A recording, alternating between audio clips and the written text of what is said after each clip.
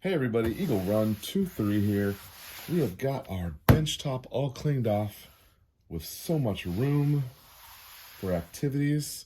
Let's do a review. You guys have seen this gun several times.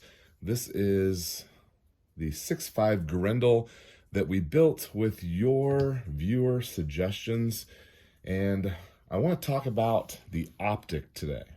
On top of this gun sits the Tract Toric.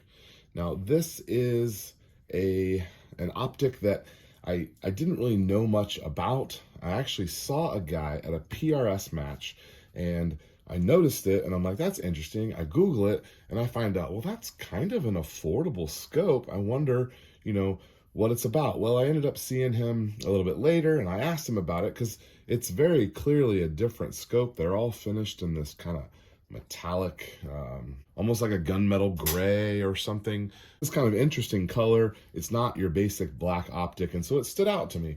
And I ran into him a little bit later, and I asked him about it, and he said, yeah, a lot of PRS shooters are using it. It's a great all-around optic, and the price on them is good. And he said, you'll like the glass, you'll like the features.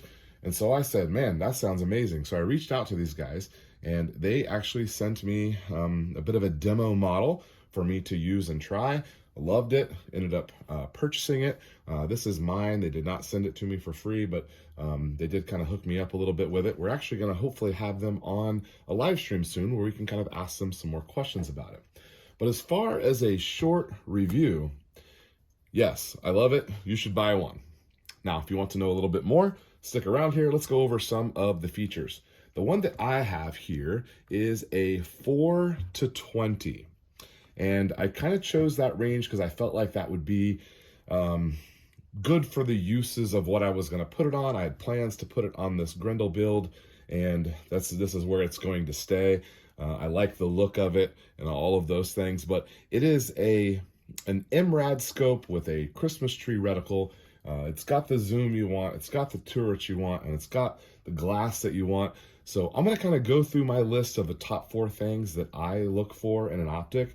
I am not an expert in long range, and so I'm only coming to you as just an average guy who is trying to do better at long range shooting. I do have the Vortex, the PST that's over on my 6.5 Grendel. I like that scope.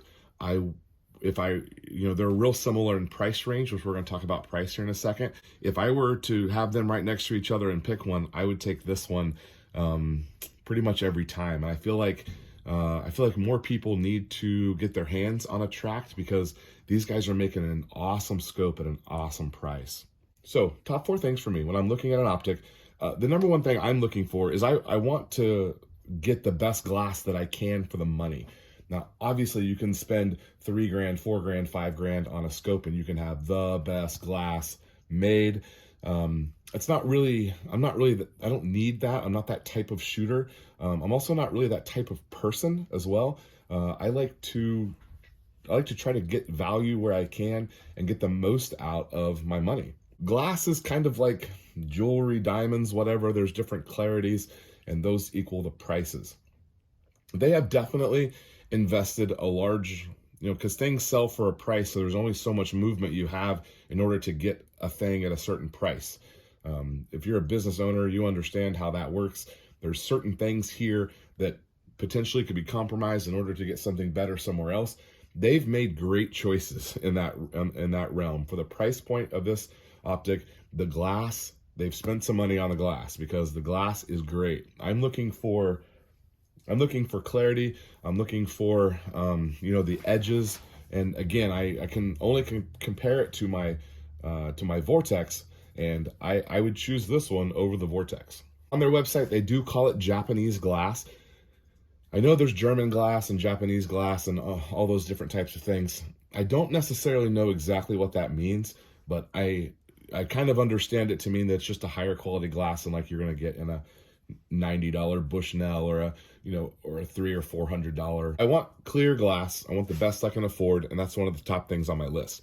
Other than that, I want a nice reticle. I want my reticles to all be similar. I really like the Christmas tree style reticle. That's what I have in my Vortex. In my Vortex, that's what I have here in the Tract. They do have a couple of options on that. Chose mill. Again, that's what I have on the Vortex. I'm trying to learn that system, and I feel like I need all of my scopes to kind of be the same if I'm going to have any chance at being able to go from gun to gun and be consistent while I'm learning and taking lessons learned on Grendel and converting those over to 6.5. If it's mrad and MOA, I'm going to have a hard time with that. If I'm learning something, I might as well learn it the way that like I can talk to other people at the range, because most people that are shooting long range are using mill these days. There's still guys who are using MOA, of course, but most of the new stuff is all mill, and that's kind of the system that I want to learn. So I do love the reticle on here. It's very fine, and if that's a problem for you, you might need to experience and see if that's going to be a problem. You kind of have to crank up the magnification a little bit in order to see. If you're all the way out on a 4, 5, 6 zoom, which I almost never use 4, 5, 6. I'm either at like 10, 12, or 20. Those lower ones, it is fine, and it could potentially be a problem for you. I like it. It also has that floating center reticle, just the dot in the middle. And so I like that it's not just completely touching crosshairs. There's actually like a floating dot in the middle. The third thing that I look for are the turrets. And this is really just kind of like a fit and finish thing. The turrets on this are really nice. They're a little large, but that's fine, I guess. I don't know that it would ever be a problem. But they do, they pop up and then they lock down. So they pop up in order to make your adjustments. And it's not a loud click that you're going to hear. It's more of a feel. It has a very definitive feel, and it feels really nice. It feels just like it should. Nice and smooth and crisp, and you can hear it, but you can feel it more than you can hear it. And I'm fine with that.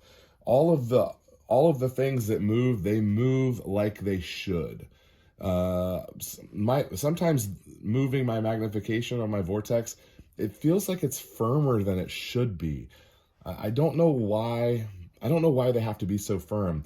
When I first got some of the cheaper optics, I have a Bushnell that we have on our 223 that's kind of like a budget accuracy build.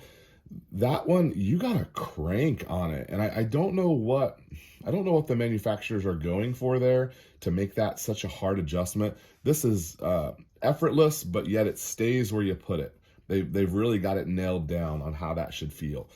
Same for the turrets. It takes the right amount of energy to move it, and same for when you're doing parallax and when you're turning this is illuminated reticle. When you're going in between those things, it feels like it should. It looks like it should. It feels like it should.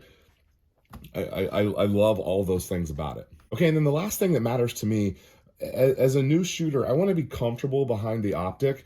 I do have a little bit of problem with the eye relief on the Vortex. I don't know if it's just my inexperience, but when I got behind this, and I've shot this gun several times. We've had this optic for 3 or 4 months. This gun has been done for about that long, and I've had it at the range as much as I can. The eye box, which I think is the technical term for what I'm talking about here, the way you focus behind it, the relief and how far you are away from it, this is very natural for me. And I know that may not be the same for everybody, but for me, I'm perfect behind this thing. When I set up and I'm lined up behind it, I can see right down it. It's crystal clear. The glass is bright.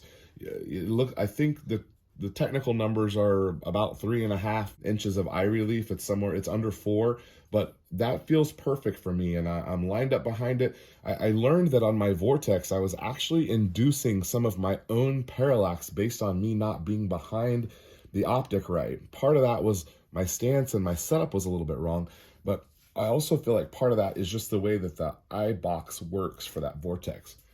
And as I said, when I buy new optics, I'm going to Tract first. We're going to get their LPVO on our pistol for the 8.6 blackout. And if I do anything else long range, I will be going to Tract first. A couple other things that this has that I don't necessarily use, but I think are cool. The illumination. The illumination is not too bright, but there's also like 10 or 11 settings on here. It's not too bright. When it feels like you can get it dialed into exactly how you want it. I have not necessarily shot it in low light, And I don't know that I'll really ever use the illuminated reticle. It is cool to have though.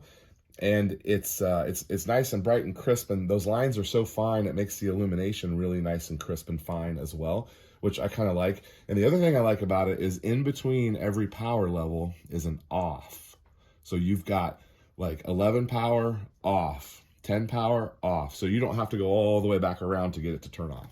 Another thing that's nice, but I don't really use it, the parallax goes down to 25. It seems like a lot of these only go down to like 50 or 40 or something. This one goes down to 25. So if you were, to put it on a 22 LR or something, that'd be a heck of a nice scope for Plinkin 22. But you could parallax it down to 25 yards, which again, cool. I don't know that I need it. And it goes up to 100, 200, 3, 5, 8, and then infinity. And that guy turns just how you would expect it to. It's firm, but it's not too firm. Big fan of everything that they've done here. You need to look at Tract. I don't know where you can get your hands on ones because they're not really in a lot of retailers. I think you can't go wrong with this. I think it's a great optic, and I think it's great for the money. Let's talk about the money a little bit. If you go to their website right now, they show this optic at $1,700, $1,694. You can sometimes find them. They ran some Christmas deals where they were around $1,500, $1,400. Those are a steal at that price. They are an absolute steal. I will buy them again. I don't know that it'll be the only optic that I ever run again, but I'm not really looking anywhere else right now. I'm pretty much going to go get what they've got and put that on the next build. People talk a lot about the Vortex warranty.